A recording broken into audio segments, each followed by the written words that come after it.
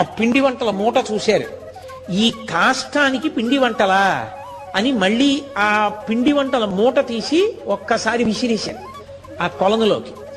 విసిరేసి ఒంటి మీద ఉన్న బట్టలన్నీ బలవంతంగా నాగి చింపేసి ఒక ముక్క తీసి కౌపీనం పెట్టుకున్నారు, గోచి పెట్టుకున్నారు. అచ్చు సుబ్రహ్మణ్యుడు ఎలా ఉంటాడో కౌపీనం పెట్టుకుని అలా అయిపోయారు.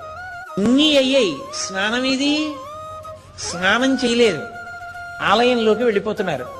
పరమేశ్వరుడు చూశాడు, ఈ బాలుడికి సామాన్యమైన జలములు కుదరవనుకున్నాడు. అకస్మాత్తుగా వర్షం పడింది. ఆ ఆకాశ గంగలో తడిసి ముద్దయిపోయారు. ఆ చిన్న గోచి వెతుక్కున్నారు ఎక్కడ కూర్చుంటే బాగుంటుంది అని.